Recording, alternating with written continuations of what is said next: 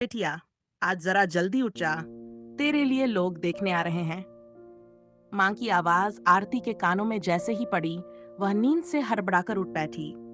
उसके माथे पर आधी ढकी चुन्नी फिसल गई। कच्ची दीवारों वाले छोटे से कमरे में हल्की धूप छनकर आ रही थी। आंगन में मुर्गे की बांग, बकरियों की मिमियाहट और गलियों में चलती औरतों की हंसी सुनाई दे रही थी। आरती का दिल तेज तेज धड़कने लगा। उसे मालूम था कि लोग देखने आना सिर्फ एक ही मतलब रखता है, शादी की बात। और शादी की बात में उसकी राय पूछी जाए या नहीं, ये वह पहले से जानती थी। आरती गांव की उन लड़कियों में से थी जो सुंदर होते हुए भी हालात की मार झेलती हैं। गोरा रंग, बड़ी बड़ी आंखें, लंबा कद, लेकिन घर में गरीबी का ऐसा साया कि पढ़ाई 12वीं के बाद छूट गई। पिता का देहांत बचपन में हो गया था।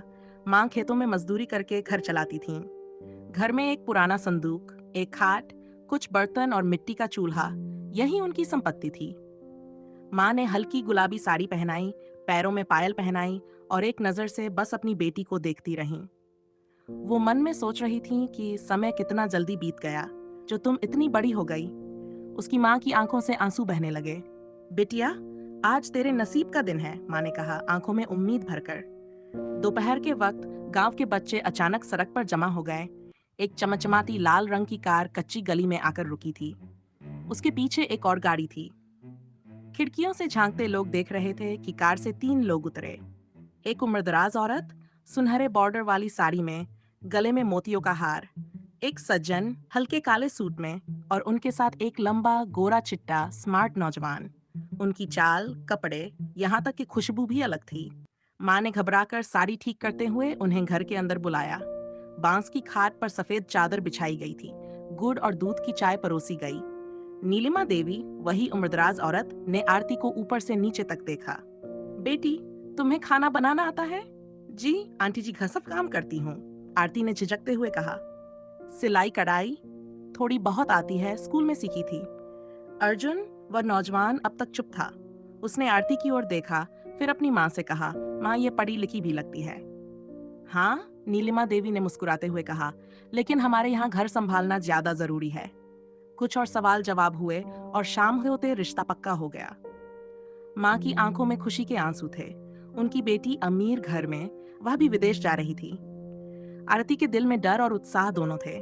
विदाई के वक्त माँ ने गले लगाकर कहा, बिटिया, दुनिया बदल जाएगी, पर अपने संस्कार मत भूलना। आरती ने पहली बार हवाई जहाज में सफर किया। बादलों का समुंदर देखकर वह मंत्रमुग्ध हो गई।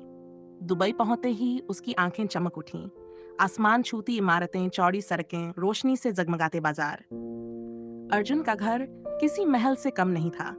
सामने बगीचा, पीछे स्विमिंग पूल, अंदर कांच के झूमर, संगमरमर की फर्श, महंगे फर्नीचर और बड़ी बड़ी पेंटिंग्स।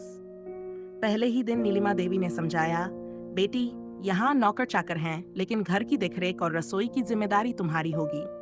हमारे यहाँ मेहमान बहुत आते हैं और हमेशा तुम्हें अच्छा दिखना होगा।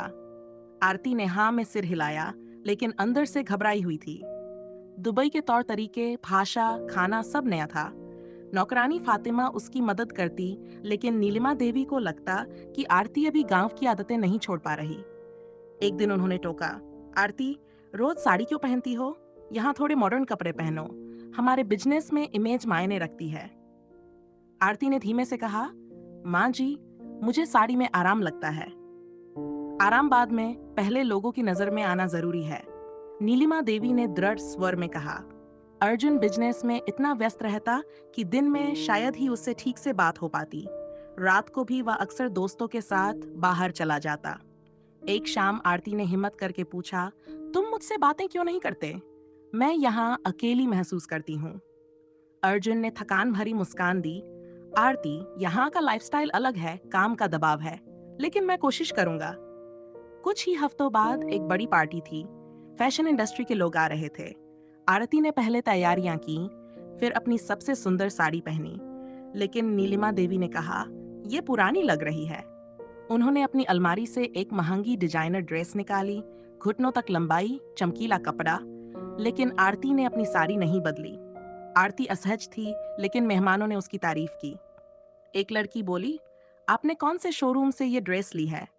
आरती ने कहा, ये ड्रेस मैंने खुद बनाई है। धीरे धीरे उसने अंग्रेजी बोलना, नए व्यंजन बनाना और मेहमानों से सहजता से मिलना सीख लिया। वह अर्जुन के बिजनेस में भी दिलचस्पी लेने लगी। कपड़ों के चुनाव में राय देती, इंडियन डिजाइन के आइडिया लाती। एक दिन अर्जुन ने कहा, अगले हफ्ते डिजाइन शो है, तुम मेरे साथ चलोगी? शो में मॉडल रैंप पर डिजाइनर कपड़े पहने चल रही थीं। अर्जुन ने कहा, तुम भी हमारे ब्रांड का चेहरा बन सकती हो। आरती हंसी, मैं? गांव की लड़की? हाँ, तुम्हारी सादगी ही तुम्हारी खूबसूरती है, अर्जुन ने कहा। आरती ने एक कलेक्शन का नाम रखा, रूट्स टू रॉयल्टी। यह हिट हो गया और अखबारों में छपा, गांव की बहू ने दुबई में जीता दिल। अब वह सिर्फ अर्जुन की पत्नी नहीं थी, बल्कि इस अमीर डिजाइनर खानदान की पहचान का हिस्सा थी। एक साल बाद जब वह गांव लौटी तो माँ ने गले लगाकर कहा, बिटिया तू सच में रानी बन गई है। आरती मुस्कुराई, नहीं माँ, मैं वही हूँ, बस मेरे सपनों में अब रंग ज्यादा आ गए हैं।